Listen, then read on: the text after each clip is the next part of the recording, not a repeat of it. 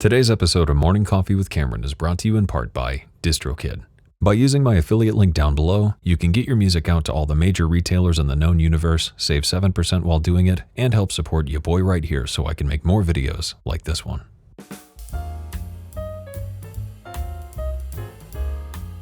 Howdy doody, Buckaroonies. It's your boy here, back with another funky fresh episode of Shouldn't You Be Making Music Instead of Watching YouTube? Today, we're here for a pretty short video all about a homework assignment I have for you.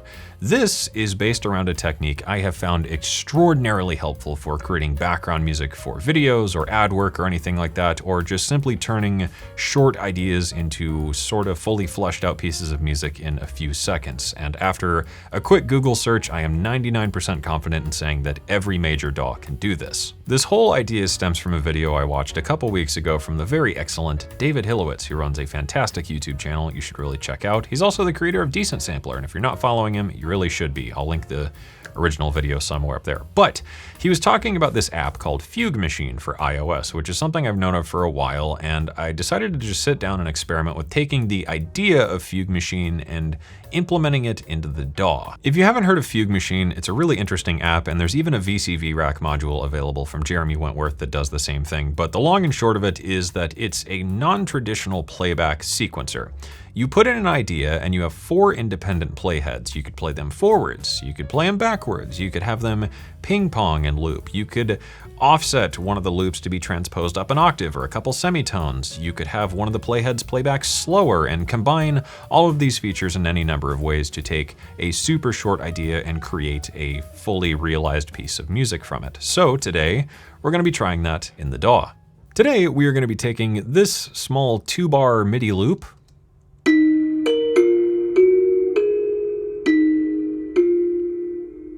and turn that into this.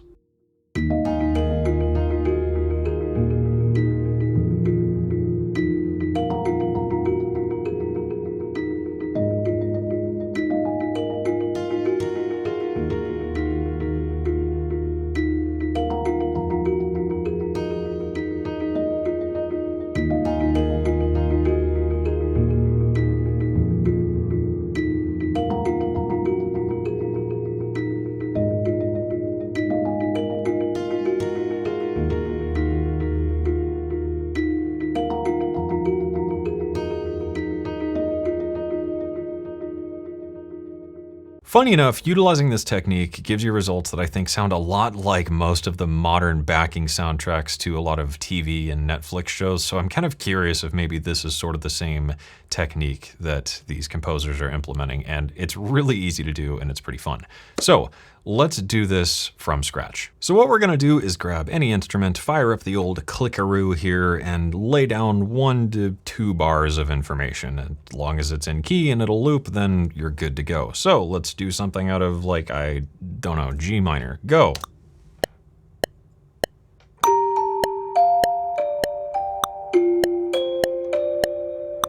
Sweet, and you're done. We'll quantize this clip and trim it up just so it's nice and neat, and away we go. Let's just duplicate this out to fill out this whole 16-bar pattern, and what we can do is quickly duplicate this and start experimenting with playing back this same information in a couple different ways. I'm gonna hold Alt and bitwig and stretch this MIDI clip out to be 8 bars instead, and now it's that same information expanded over 8 bars. Let's duplicate it again and maybe reverse it and stretch it out to fill out the entire 16 bars. So this is gonna play back really, really slow. And let's duplicate that reversed version, I guess, and make it like twice as long, and just fill all this out to complete it. We'll highlight everything, quantize it one more time because stretching stuff can make things a bit weird, and we are done. One of the unique things about taking this approach in the DAW is that the notes are not a fixed length unless you have that set up in your DAW. In Fugue Machine, the notes are always a perfect length, so by slowing down and speeding things up and reversing them and whatnot, it plays back in a pretty predictable way. But by doing this in the DAW with non-fixed note lengths, once you quantize the stretched MIDI information, you get slight variations that I find at least can be a bit more interesting than what you would get just straight out of Fugue Machine. So with that, in like 10 seconds, we've taken that initial MIDI information and turned it into this.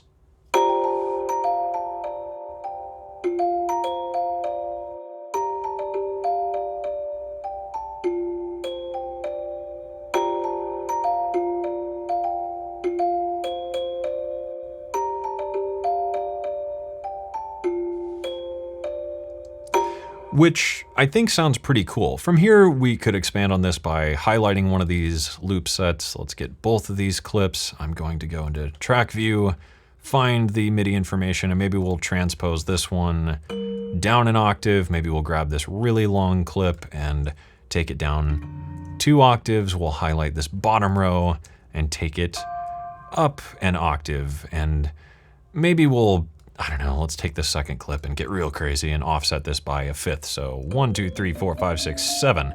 Sweet. Grab everything and just requantize just in case and give it a play.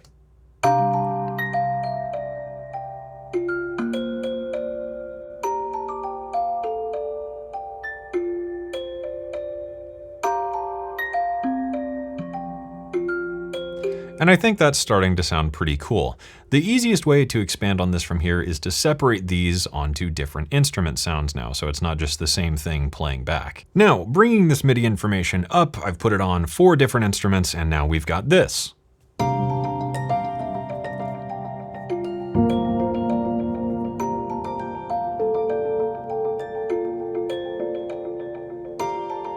Which sounds like a pretty convincing and finished piece of music. Just by adding some reverb and delay and other effects just to fill in the gaps a little bit, we've completed this idea.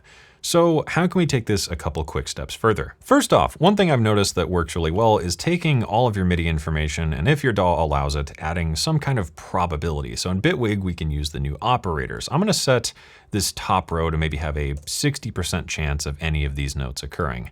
Let's grab this next set of information here and do, I don't know, a lower chance, like 40. This bottom kind of middle, I think, I don't remember what pitch we set this to, but lower-ish end information, set that to 50% of any of those notes occurring. And this lowest row, let's make this kind of the primary element with a 70% chance of any of this occurring. So now every time this loops, it's gonna be slightly different because we have a sort of generative aspect to it.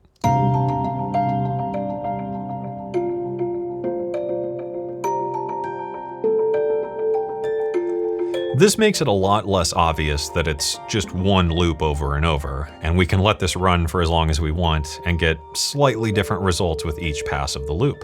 The easiest and most fun way I can think to expand on this idea is just to keep going, because in Fugue Machine we're limited to 4 playheads on just this one clip of information, but in the DAW we're really only limited by what our computer can handle, so we can just keep this going and growing with different iterations and then stopping and starting different clips and any number of DAW-y things. We could have this only come in on the second half of the pass. We could mute this clip here and so on and so on. But let's just add another set of information here. I'm gonna duplicate this clip down and we'll just kind of go another improv out of G minor here and lay it on top.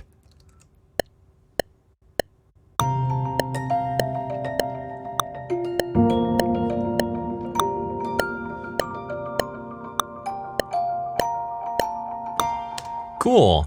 Let's grab that, quantize it, trim that clip up, and bring it back. Let's duplicate our other sounds out here and just get another variation of everything. Now we will duplicate this information down to each of these rows. Maybe we'll, I don't know, we'll reverse a couple of them. We'll start getting stretchy with them and see what we can make. We could make this initial clip a bit longer and reverse it, and then we'll maybe do that as well. And I think we're good to go. All right. Okay, with everything all stretched out, let's grab it all quantized just for safety, go back and hear what we've got now.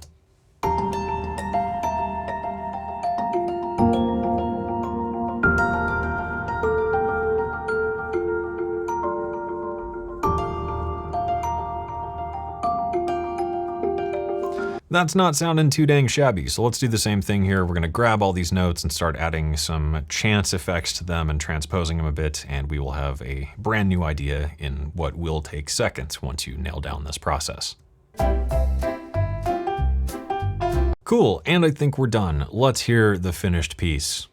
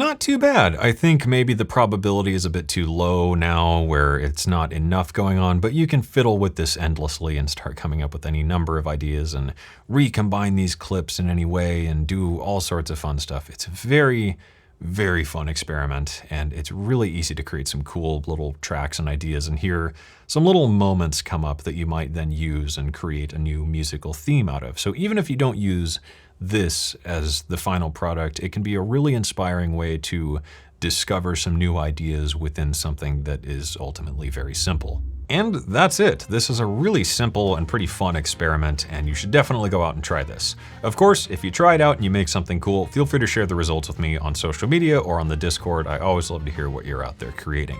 So that's it.